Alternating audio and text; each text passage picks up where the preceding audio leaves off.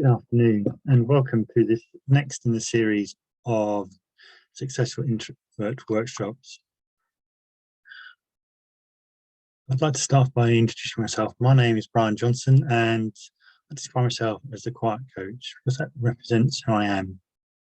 As a natural introvert, I'm not someone who jumps up and makes lots of noise, but I have found that space I want to be quiet, enjoying myself and finding the success I'm really looking forward to in the world of work. I come from a background in financial services and spent many years feeling a bit unhappy and unappreciated in there.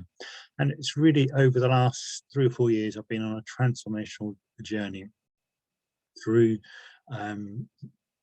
coming to learn about coaching and neuro-linguistic programming and areas related to that. I've seen a real transformation in the way I approach and deal with things. And today, we're really starting to think about how you feel valued and appreciated by your boss. And do you really feel appreciated in the work environment? That's one of the big questions I find myself asking myself. What is it that your boss you really want your boss to know about yourself? And how do you feel compared to your colleagues?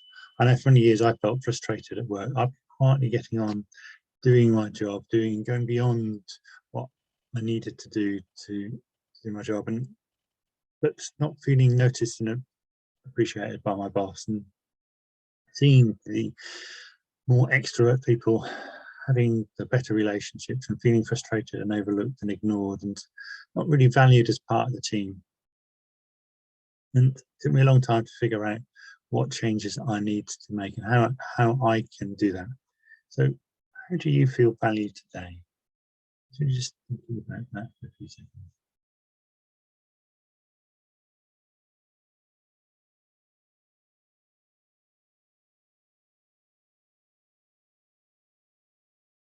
And what would you like to feel? I mean, let's have a definition of how would you like your boss to see you?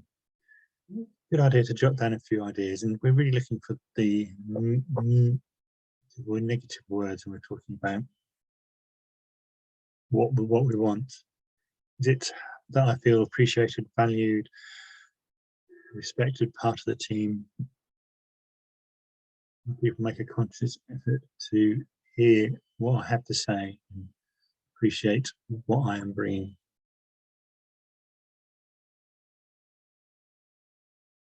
Once you develop that idea, just think about where you are at the moment. This statement about where you want to be year 10. Where are you at the moment? What way down are you? 9, 8, 7. Are you at 4, 3, 2, 1? Where is it you sit? What would you like to change?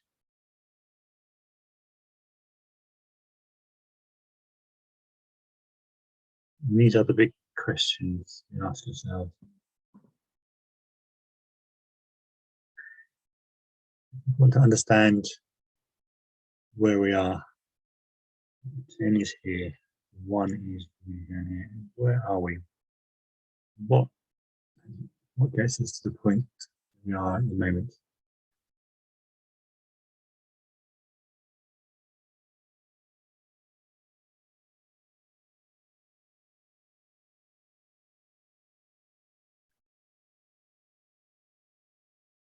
And think about how will you know when you've reached that 10 out of 10? What difference success can make? What will you notice difference about the relationships in the work environment? How will you be interacting with your colleagues differently? Maybe interacting with your boss differently. It can help to think about the day, start the day, imagine in your mind, first thing in the morning, what is it that you're doing that makes a difference?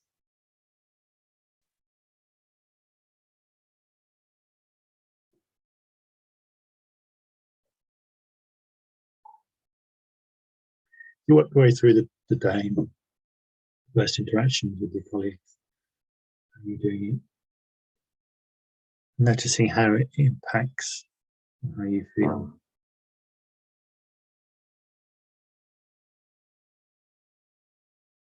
Work your way through the day. Notice as you reach lunchtime, what you think about that. And the conversations are different around lunch. What your boss is doing, and perhaps, to the meeting, how people are interacting with you. Are they engaging with you? Are they making more conscious effort to talk to you? They're making space for you to be heard.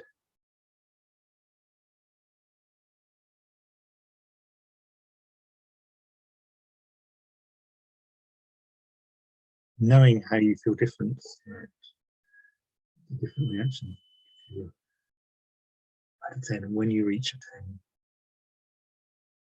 you need to visualize, imagine, and feel what a 10 looks like. It's really important to help you achieve the change you're looking for. Starting a point. Shift the focus from 1, 2, 3, 1 to 1 to 10. This is what's going to be happening. And this enables you to really think about everything you want to do going forward. Knowing what success is, being able to clearly imagine, create an image, sense of that around you. That's really the starting point. Figuring out what is next.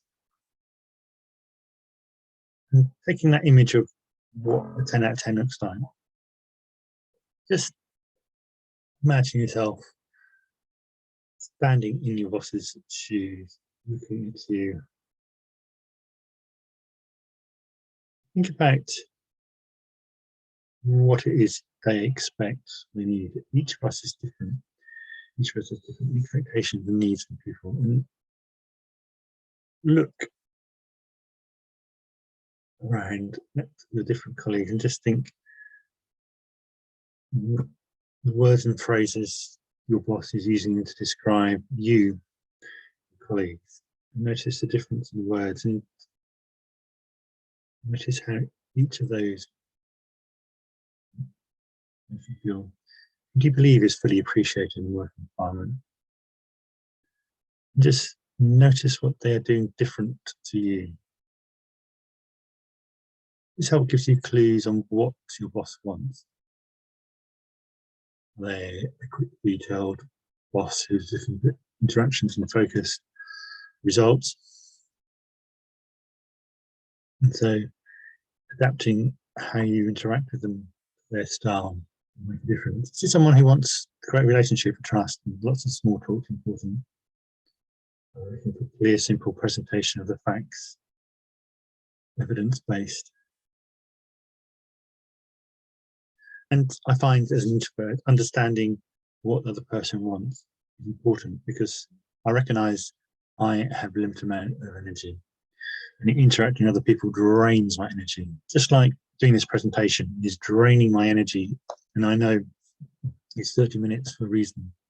Because 30 minutes is an optimal amount of time for me to be aiming to engage. And to be honest, if it lasts a lot less, I'm happy with that because I know talking for 30 minutes to a group of people drains me and I need to go and recharge. People who would happily stand on a stage and talk for 2 hours without notes because they are recharged by the energy that creates.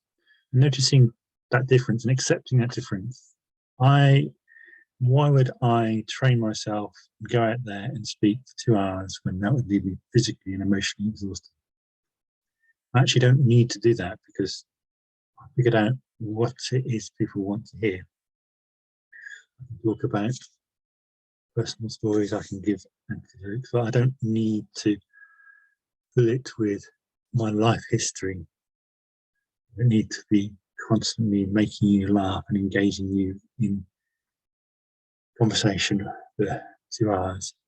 I can achieve what I want to do in a much shorter, more efficient time because it's the way I work.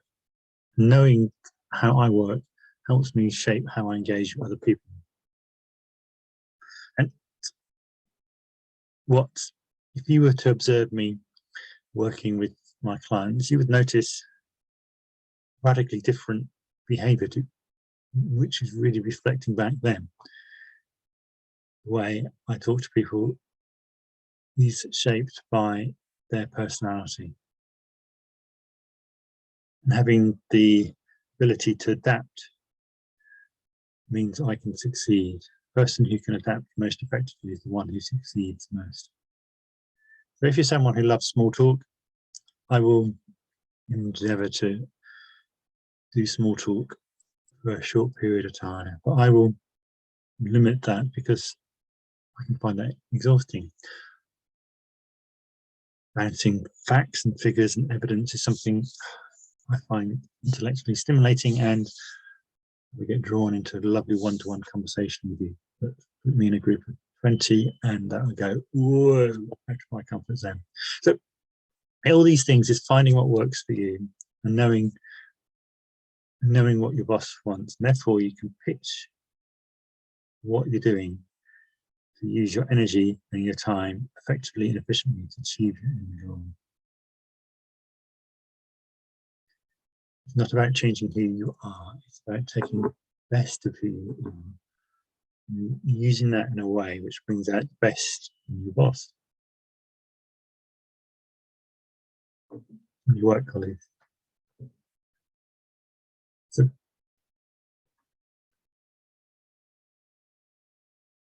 where does that leave us? How are you feeling about your explanation?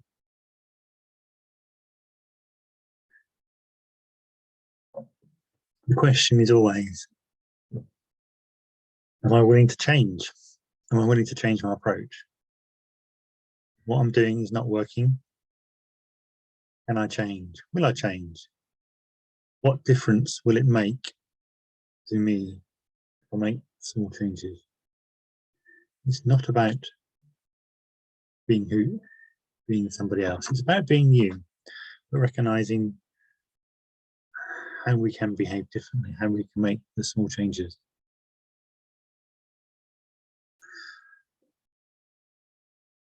For me, it's often about finding those small moments you can reach out and be quiet.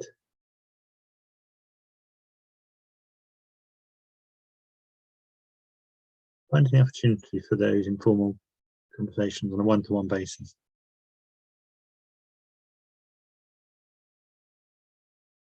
Noticing there are brief moments in time where you can have conversations on your terms with people.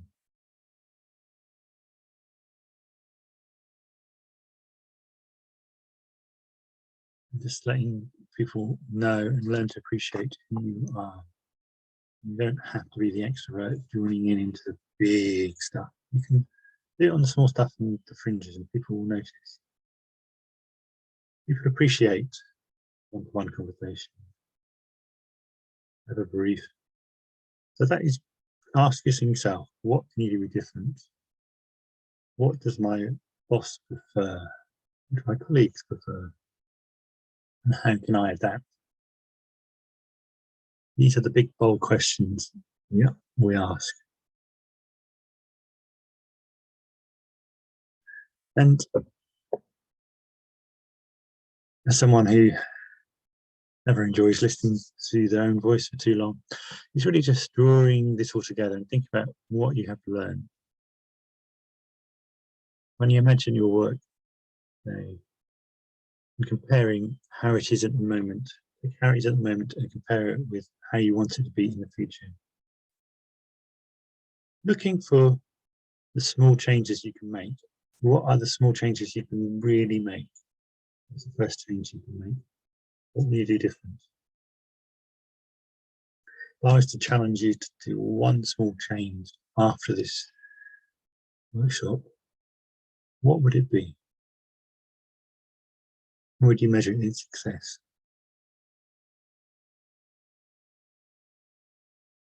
What will you do tomorrow? How will you know moving forward?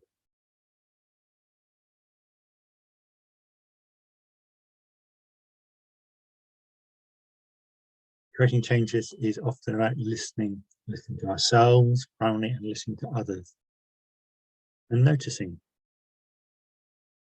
and sensing what's going on. And being willing to explore what differences we can make. What will you do different?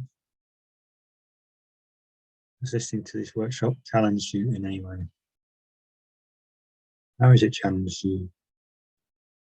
Why has it challenged you?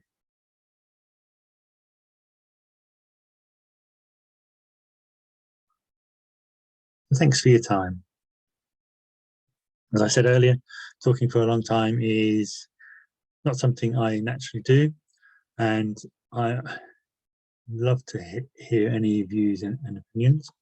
You can contact me either on social media or just email me at brian@brian.johnson.com.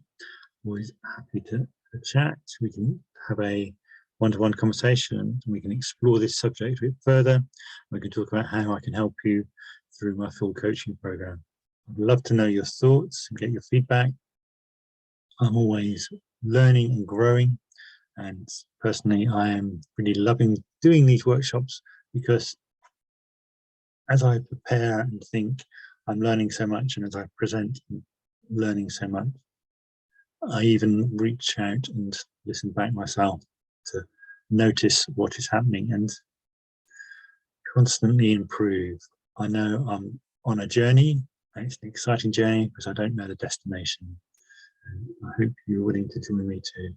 I look forward to seeing you next week if I don't hear from you before.